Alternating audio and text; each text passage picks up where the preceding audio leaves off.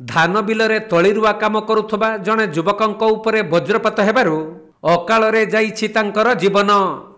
एपरी दुखद घटना घटिछि मयूरभंज जिला बैसिंगा थाना तिलपदा निकटस्थ बिश्रीपुर ग्रामरे। ग्रामर रमेश सिंह 31 वर्षीय पुओ देवाशीष निज धान बिलरे तली रुआ काम करुथिले। एतिकी बेले हठात वज्रपात हेबारु से चेताशून्य होई धान बिलरे पड़ी जाइथिले। परे तांकु उद्धार करा जाई बेतनटी डाक्तरखाना कोणा जाइथिले भी सेठारे डाक्तर मृत घोषणा करिथिले। खबर पाई बैसिंगा पुलिस पहुंची शव जबत करी एक अपमृत्यु मामला रुजु करिबा सहित तदंत आरंभ करिसंती। सेपटे बेतनटी डाक्तरखाना रे व्यवच्छेद पई डाक्तर और कर्मचारी अभाव जगु दीर्घ समय धरी शव सहित परिवार वर्गंकु डाक्तरखाना बारंडारे बसिबाकु पड़िथिला। जेउथिपाई परिवार लोक माने नाही नथिबा दुर्दशार सम्मुखीन होइथिबा बेले युवकंक मृत्यु को नै शोकाकुल परिवेश सृष्टि होइछि।